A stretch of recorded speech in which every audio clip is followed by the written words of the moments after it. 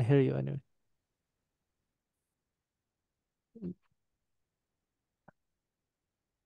Hold on.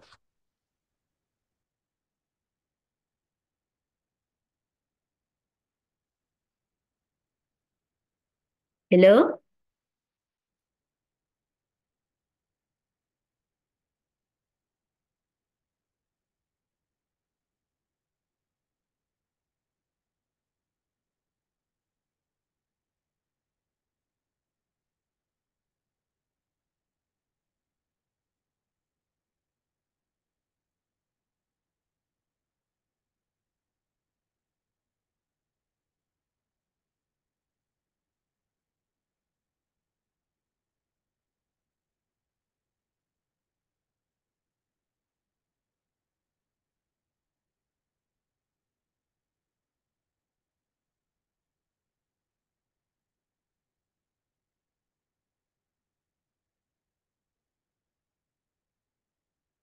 Dr. Marites, would you mind to wait for a moment?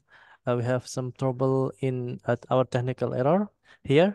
So a moment, Yeah, yeah. no problem, no problem. Okay. Hold on.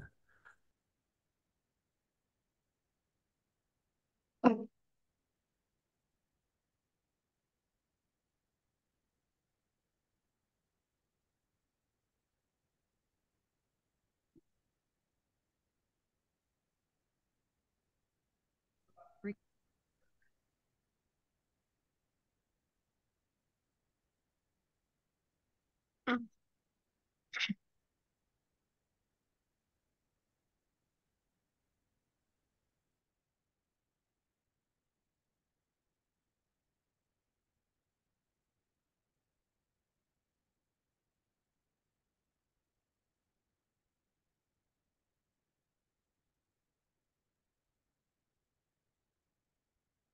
No, I'm sorry.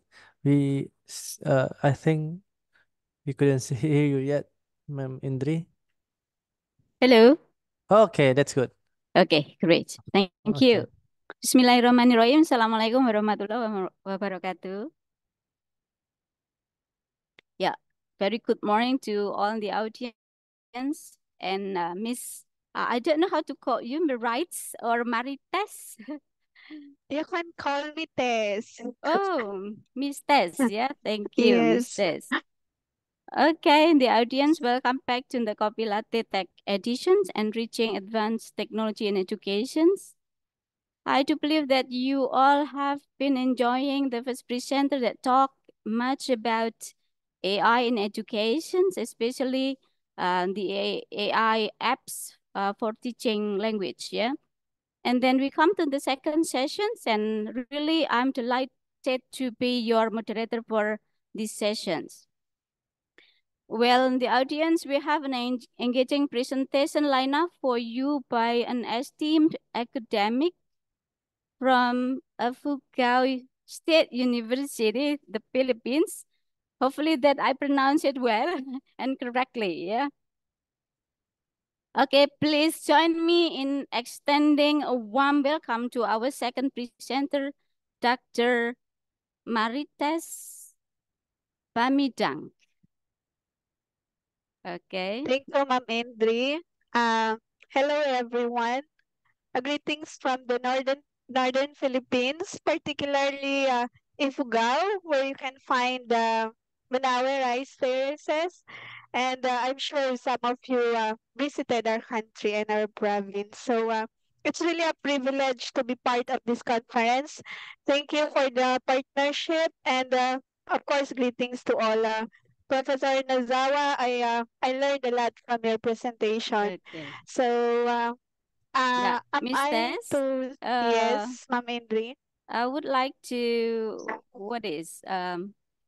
read your curriculum vitae first before you present your topics today. Yeah, because hopefully the audience will know you well about your work, your your career and your other experiences. Yeah. Well, the audience, Miss Marites Bumidang, um, live in Tuplak Kiangan, Ifugao, the Philippines, right? And then from the curriculum vitae sent to us, it's really very long. Let's see. So many works that she have already had, yeah. So perhaps I just read 3 of them or a few of them, yeah. From recent seminar or training programs conducted in the last 5 years. This one I will read 3 in 2023, yeah. First is Sociolinguistic Heritage Language Documentation Workshop, International Oceanic Southeast Asian Navigation Consortium, and this one, if Ifozoo, yeah, so this one is Ifugao State University. And then Future Thinking, Anticipatory Governance Planning for Research, Development, Extensions, and Training, University of the Philippines, yeah. And then she also, as the research speakers training workshop on crafting innovations and action research proposals, and many others, yeah. And then the relevant publication and conference papers, among them are the multicultural experiences of English as a second language learners, or ESL, in a multicultural learning environment. And then maintaining indigenous language among students through curriculum integrations. And the last is the multicultural experiences of English as a second language students in a multicultural classroom. In her educational backgrounds, I would like to just mention the doctorate. This one is from St. Louis University, Baguio City, from 2016 to 2021, yeah, majoring in language educations.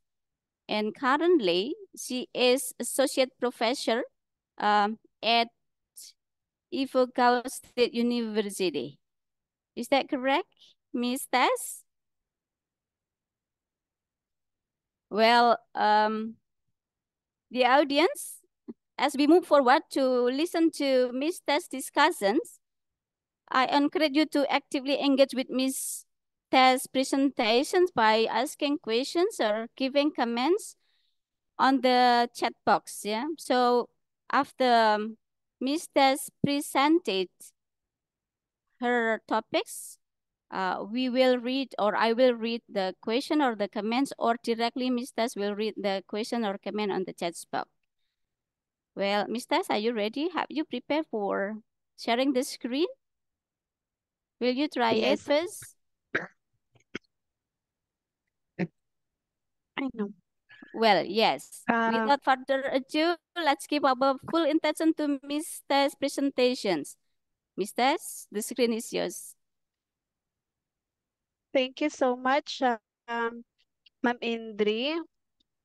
Thank you for that kind introduction. Again, hello everyone. Nice meeting you through this virtual conference. It's really a venue for us educators to share our practices. Again, you can call me Tess. I'm Miss Tess, a faculty member of the College of Education in one state university here in the northern Philippines. The partner actually of this, one of the partners of this conference. So Ifugao State University. We really hope that one day you can visit our university. So may I present my Sure. I need to share. What is that?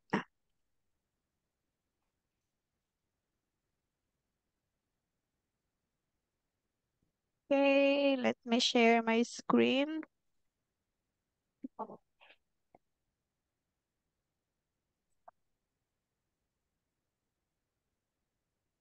So my research actually is, can you see my screen? Yes, Miss Tess, it's clear. Okay, so this is on technology utilization in learning using the phenomenological approach, and it was conducted among the pre-service teachers or the students taking up teacher education as a course in our university, the Ifugao State University. So we titled it as a Technology Utilization in Learning, a phenomenological study of the pre-service teachers in a state university in northern Philippines. So may I give you an overview of the study? Why is it not moving? So for the overview, of course, we all know that the 21st century is the age of globalization, and technology is at the heart of globalization. That is proven by many scholars, researchers, and studies also show that technology do improve educational environment because of the authentic learning and the interactive environment that it provides. So it provides our students with essential learning tools that facilitate cooperative learning and exciting alternatives for a more engaging learning environment. So it also promotes autonomy, of course, and it increases their motivation, making learning more student-centered. So the context of the study is in Ifugao State University, one of the campuses of Ifugao State University, particularly the College of Education.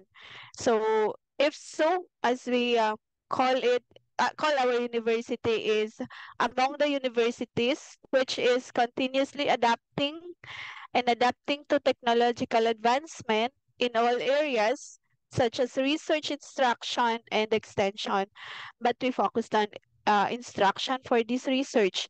And of course, as a university, it is continuously upgrading its systems and facilities as it adapts to trends and changes brought by globalization.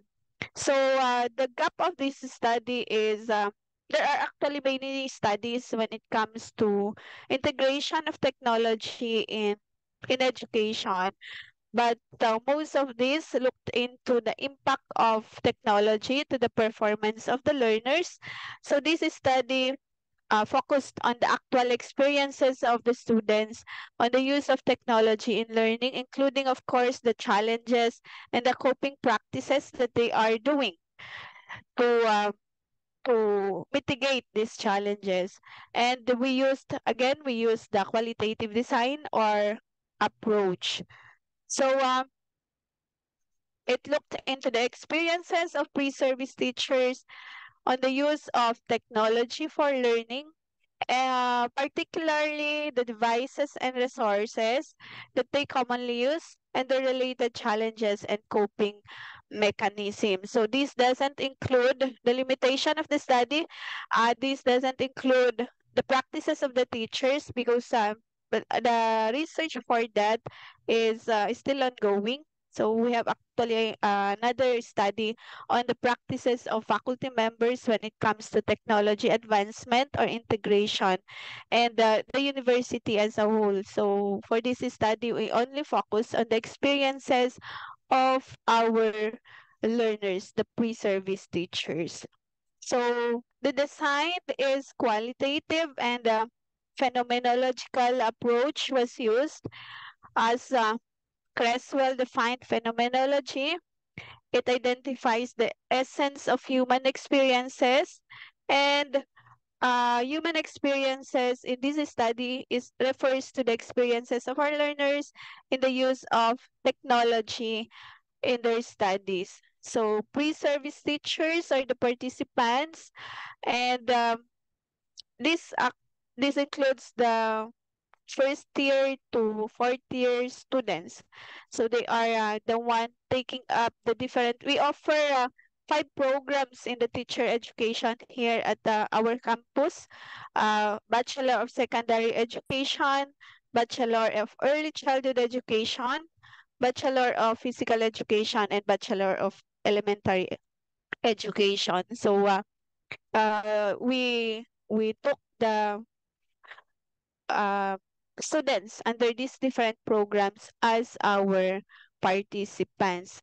So for the results and discussion, this is actually common, but we really wanted to look into what is actually being experienced by our learners, because it's also important to see if they have the skills and of course the facilities needed to be able to maximize what technology can offer. It is not just about what the university can offer, but we also have to look into how our students are faring in terms of technology use. So based on the results and these results of the study, these are the most common personal gadgets that our students here. Please remember that we are in the rural area of the Philippines. We are not in the urban places. We are actually a province, one of the rural areas of the Philippines. So, of course, smartphones and laptops. When we try to ask them why they choose these gadgets to use in their studies or in learning, um, they mentioned that of course it's these are what is available to them, and they are very useful and convenient to them as students. Some, but not all, have laptops, and the how do you call this? The access of this technology is because it's a need. It's a need in their studies. As one student shared, it was because of the pandemic that my parents had to buy me a smartphone. Need kasi talaga sa online learning noon. So it is a need in online learning. Now I use it to browse the internet for English. I search for the meaning and examples when we have our activities. So these are just some of the sharings of our students with with regards to the devices that they use, uh, technological devices that they use. So laptop is also one, although not everyone has a laptop. So there are also facilities that are offered by the university, such as mobile tablets. This was actually uh, donated by one agency from Japan, and then computer units, and of course free internet. However, these are only available to our students during class hours. So when they go home, they make use of whatever is available to them, because technology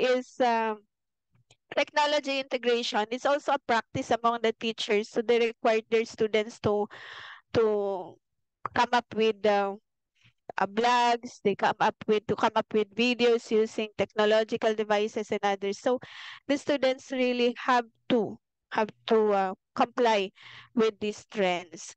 So for the digital resources, of course, Google is one. They use it for research. YouTube is another one, and they see it as a very helpful, because they use it. They download educational videos, and it has been proven by scholars that it is not only a source of entertainment, it's really a tool for learning. It's also specifically beneficial to language learners like us, because English is it's not our native language. Also, it's a second language to us, and it's a medium of instruction here in the Philippines, aside from our national language, which is Filipino. It also develops comprehension skills and generally promotes learning. And the authentic materials assist students in learning language like English. So they also mentioned the social media as a resource. They use it for updates and also in uploading academic posts when they are required, especially in their literature subjects. Their teachers or faculty members would require them to upload academic posts in their social media. And then artificial intelligence, which is the topic of Professor Nozawa, it was also mentioned. So they are also using artificial intelligence. But for our teachers, for us teachers, because I'm actually a language educator, I make sure that I check the credibility of output of the students. Some of us requires plagiarism scanning to avoid or to minimize students who just copy and paste outputs from AIs like ChatGPT. So these are the digital resources. So to them, when it comes to significance of this technology to their learning, one said it makes learning easier.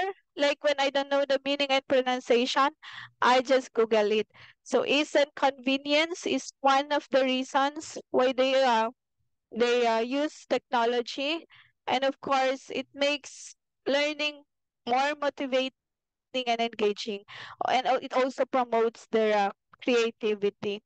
So the challenges here in the context of this study, one is poor internet connection is really common in our province. It's a common problem not only among students. I think it's because of the geographical location of our study. It's of our province, I mean, of our place.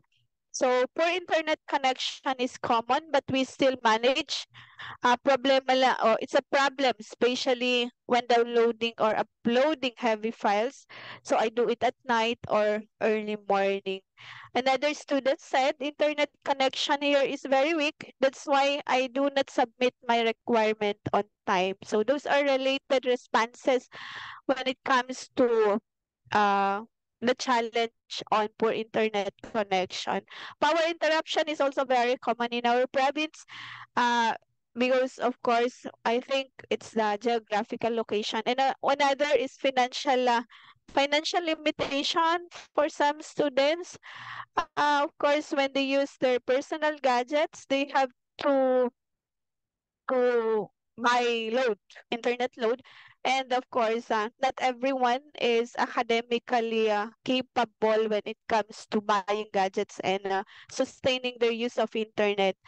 So one student said sometimes we spend so much on load, our allowance is not enough, especially when we use applications and watch YouTube videos in order to learn more about the topic.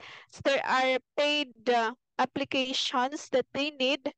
Even in the research, there are really resources or references that has to be paid before you can access. So these are some of the problems that our students, pre-service teachers, are experiencing in relation to technology use. So for the coping practices, our students are maximizing, of course, the facilities offered by the university, which one is free Wi-Fi for students, computer units, and also the library, which is offering internet access, and computer units. They are also adapting to varied learning modalities because despite of course the usual way, the traditional way, I think is still an option for us. Uh, so they have to adapt not only to technological learning or integration or use, but they also have to adapt to other modes of learning, such as aside from online, offline, and blended way of learning. Especially now that our on-site meeting with our students is suspended due to the heat. So we are actually using a blended mode of learning. So an online mode of learning. They really have to adapt. So in conclusion, my presentation is actually as brief as that. So, in conclusion, our students are maximizing available technologies for learning because they find them convenient and helpful. While there may be challenges which significantly affects their use of technology, they are coping by maximizing available resources and adapting to varied modes of learning. So maybe our future researchers here at the university can also look into the current practices among faculty members and the university as a whole to be able to come up or design programs that can help mitigate the challenges that our students have encountering in terms of technology used in learning. So overall, this again, I think the studies like this, looking into actual experiences or what our learners are going through, are important for us to be able to balance also. As educators, we have to balance because it's not because we are in the technological age, we really have to consider also the actual situations of our learners. So that's my brief presentation. Thank you and a blessed day to all. Again, thank you for this opportunity to share. So, Ma'am Indri. All right, thank you, Miss Tas, for the great presentations. Yeah, we come to the second session, question and answer. There is a question from the audience. Mhm. Okay. May Okay. I? Yes. Should I read the question for you, or you directly read from the chat box? Yeah, who is the first? I dear old, Okay. I So have some, this, yeah. Okay, yeah, I will be the one to read, ma'am. We okay. start with the Miss Ma'am Angie. Did I pronounce? Angie, yeah, Angie. Angie. So I have same problems with internet connection. The student cannot access assignment if Gabe, are you have solutions? Um, yeah, our practice actually, I feel relate. It's a relatable problem because we also have the same problem. Not only among students, even as educators. What we actually do is we have to print and then give the printed copy. That's an option for us because Yeah, we that's true. cannot really, we don't have a control of that situation. So it's better to give them the printed copy rather than to let them say that they were not able to submit or comply because of internet connection. That's our practice actually po. Yeah. So for the second question, why do we need technology integration in education and learning, and how to deal with schools that have technological problem? Yeah, I think technology integration in education and learning is really important because as presented or as proven by different researchers, its benefits to education, even in language education, it makes learning more engaging on the part of the learners. It motivates them. It's actually a variation from the usual classroom way of teaching. So I personally think we really need to integrate because we cannot, of course, let our students be left behind in terms of technology. And how do we deal with schools? Yeah, it's really I I didn't know that it's also a problem to some of our colleagues here, yung technological limitations. What we do is the university is trying its best actually to upgrade also its facilities and to accommodate our students who do not have the capacity in terms of devices and access. So we are offering free internet connection and then computer units, even mobile tablets. The problem is when they go home.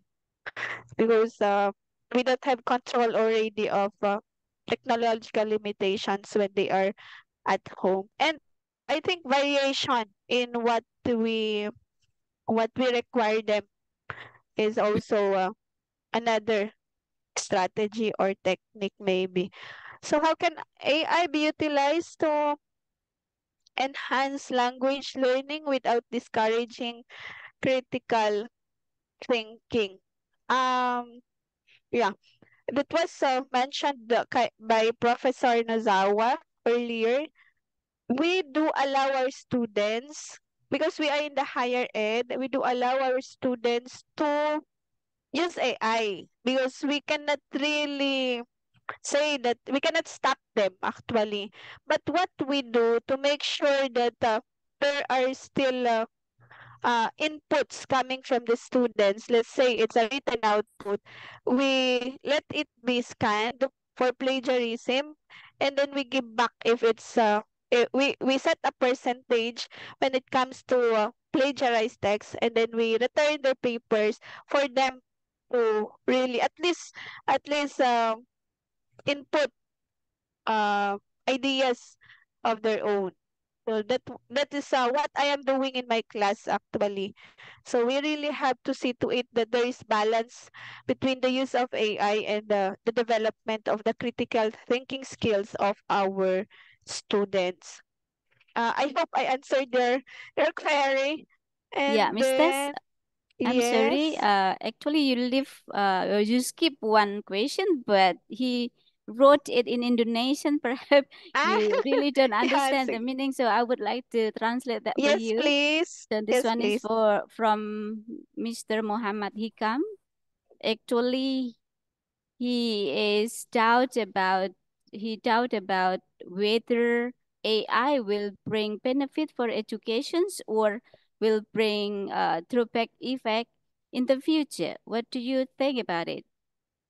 I actually agree. Yeah, because our students are becoming dependent, even Mm, educators actually. Because I am also a faculty member of the graduate schools, and there are some maybe because of time restrictions, maybe that's why they just use AI, and it's very obvious when they submit their output. I actually agree that because it's actually sacrificing the quality of education. However, we really cannot do away with the AIs because it's being promoted even yeah. in the educational system, because in basic education they are training teachers to use AI actually.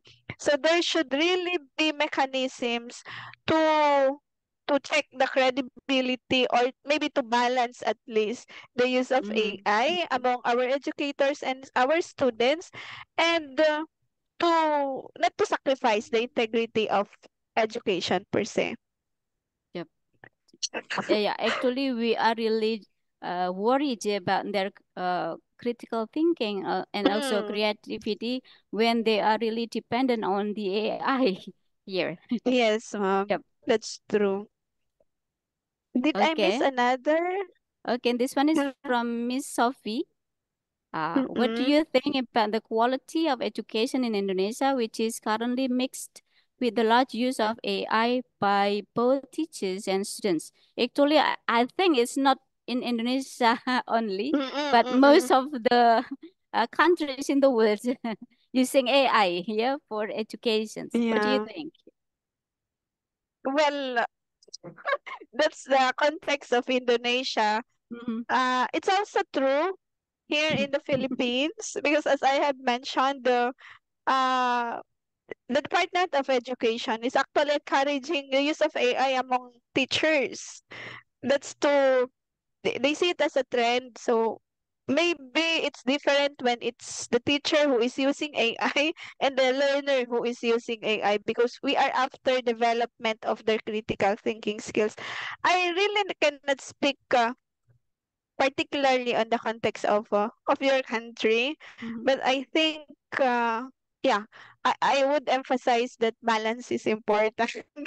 And maybe Yes. as educators we can look into ways of how to how do you call that? How to balance and how to not sacrifice the quality of education and the critical thinking skills of our students.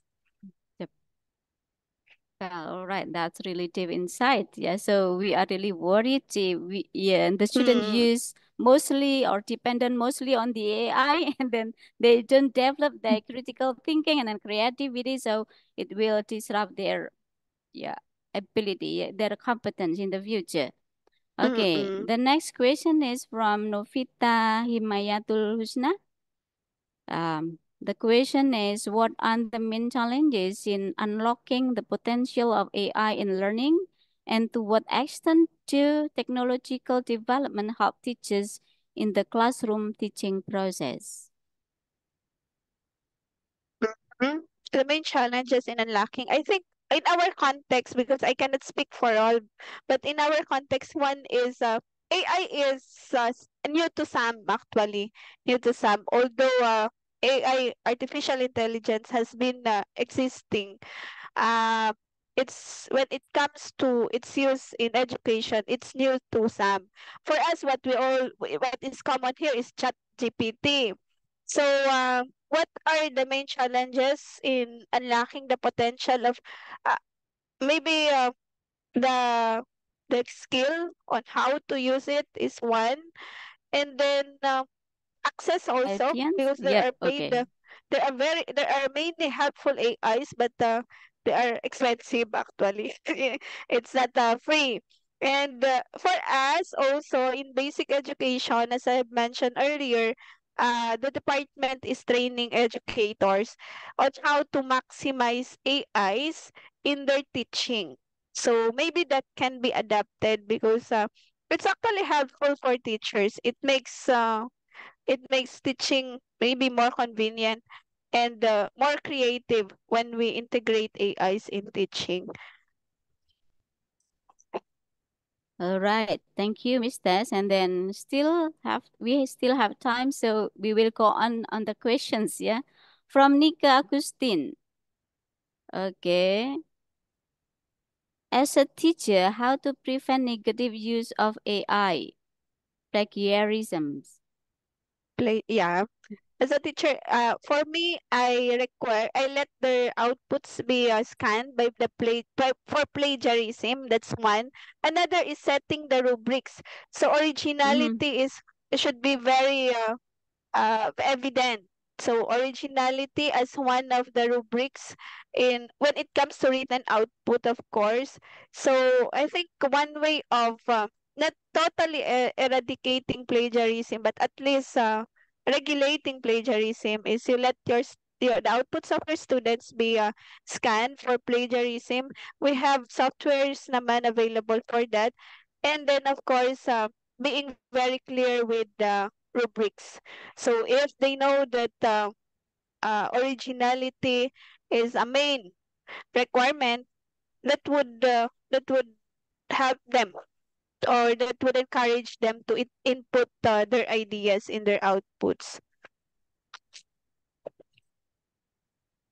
All right, thank you. So perhaps this one is also a kind of warning from us, yeah, for us as Mm, teachers about this one. And we have to be alert that machine language is quite different from human language, right?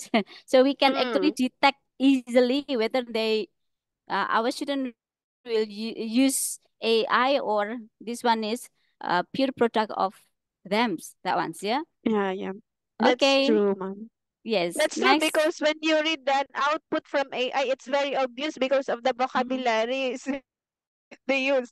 And we know our students, we know their performance Yes. before their use of AI. So you can really evaluate immediately if it's copied from AI or the original. Yeah, that's so true. Because we often encounter that kinds of problems, right? Oh, this one is not Mm, your own language. This one is from your AI. Okay. AI, yeah. Okay. Next. This one is from NCYP. Yeah? So let me just seeing the vast and diverse conditions in Indonesia. Equal distribution of technology certainly requires more time to be implemented in every school or student. So of course, teachers also have an excessive burden to learn and teach technology to students. What do you think about these conditions? Perhaps this one is especially in the remote area or in the rural area. Mm. Yeah, it's the same with us, especially for basic education. It's good for higher education like us, Mhm. but for basic education like the Department of Education, it's also a problem among our teachers because if facilities is lacking, resources is lacking, so are lacking actually. We cannot even provide the enough uh, televisions for the classroom that the teachers can use, or projectors, or the basic technology that the teachers can use. It's also a problem here in our province, here in our country. So the question, what do you think of this condition? Uh, I think it's unfortunate for teachers. Yes, I mean, that's so true. yeah, because they are expecting us to be updated. They're expecting us to use the trends, to integrate technology in our thing that they can provide us that to be able to do so. Mhm. I think this concern is also common to both our countries, Indonesia and the Philippines. This should be looked upon by our administration and by the management Yes. actually, that if they really want us to be effective in teaching and in integrating technology, they should provide what we need. So sufficient and Yeah, and updated also. that's so true. Also, a kind of training for the teachers, yeah, especially senior teachers. Trainings. Yes, Yeah, okay. trainings also. Okay, the next question is from Diah Damayanti. The question is, what happens when students misuse technology in learning? Yeah. Uh, of course, when our students misuse technology like the abuse of AIs, the expected competencies from them will not be developed. That's Mhm. very true. And we can see the difference of our learners maybe 10 years ago and the current learners. It's really very different. I think one factor is the abuse of technology.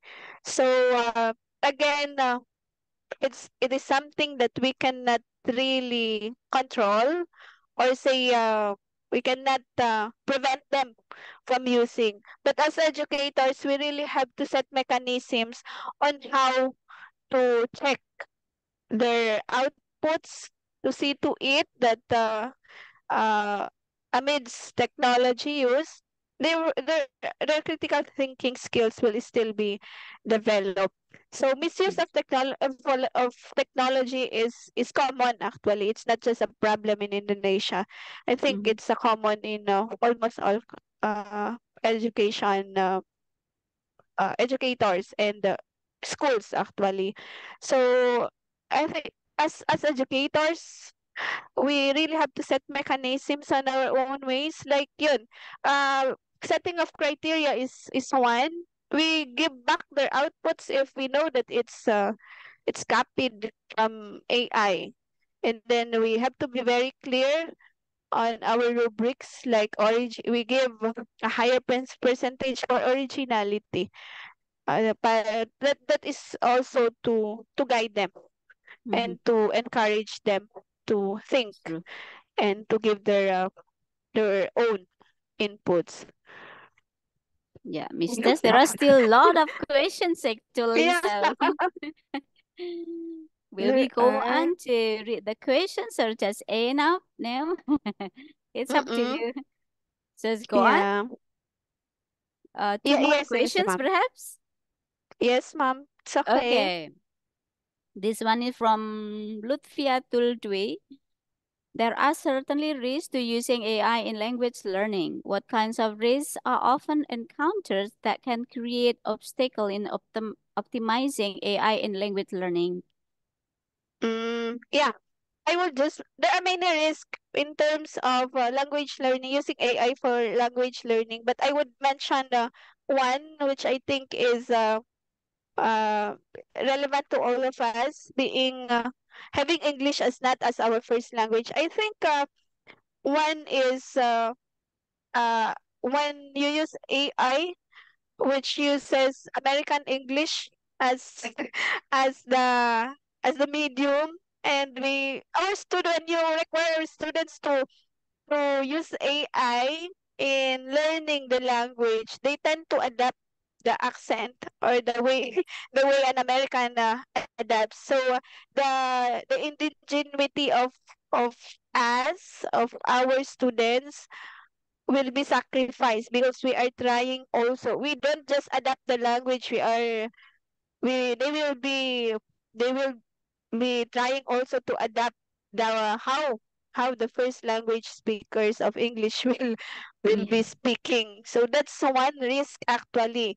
So because there are some students who are fan of watching movies or YouTube educational videos, that when they speak in the class, they talk like they talk differently, as if they are trying to adapt the accent of let's say an American or a British speaker, which Mm-hmm. is unusual. So we also have to encourage them that when we learn a language like English, it doesn't mean that we should forget who we are, because that can be sacrificed. The way our youngsters are adapting to trends, that's one risk actually that I can see when it comes to use of AI in language learning.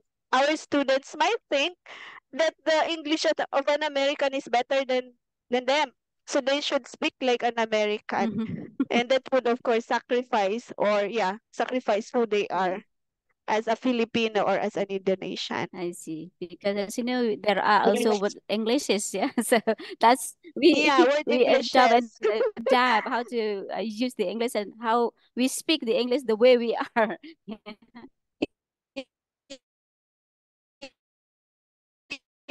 Yes, Okay, but American English is the standard.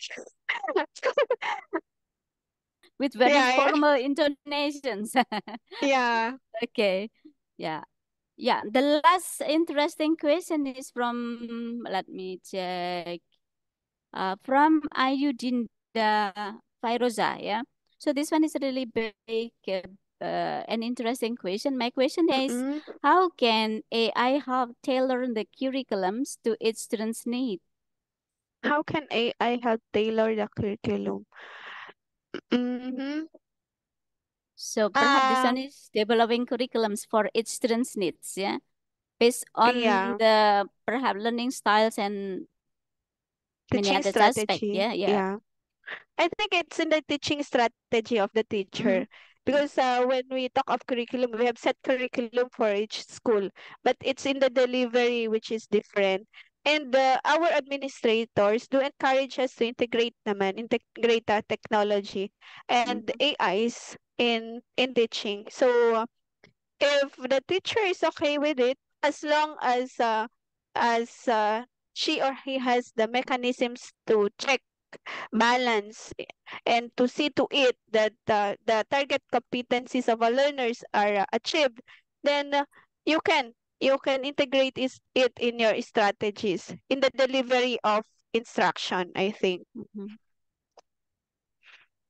Well, actually, there are still a lot of questions for you, but unfortunately, we have limited time. So I think perhaps you can state your last statement, Miss Tess, to close the meeting or the presentations. Okay, so there are a lot of questions. Uh-huh. Thank you for a very engaging conference with you again. Difficult State University is appreciative of this partnership, and we really hope that we'll be able to present more or share more of our practices in succeeding conferences like this. Thank you, dear participants. I am really happy to have participated. Thank you for the opportunity, and it's nice meeting you all, even if it's a virtual forum. So again, thank you. Okay, thank you, Miss Tess, for the very wonderful presentation today and also very interesting topics. That really it is a trend in Indonesia also. Yeah. Mm. So, dear audience, we are so sorry we cannot read all the questions on the chat box.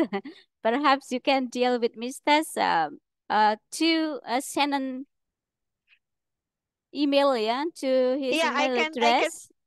Yeah. I will be sending my email here, Yep. so you can contact me. My Facebook account also is the same, Marites Oh, I see. Mida. Okay. So the audience can contact you on Yes, the ma'am. email or on Facebook, Through yeah? Facebook. Yeah. Thank you. Thank you very much for the wonderful and insightful presentations. Hopefully we can meet again in the other occasions. Yeah. And Yeah. also for the audience, thank you very much for your engagement in the presentation today. Hopefully the presentation bring enlightenment and fruitful insights, yeah, to be our benefits.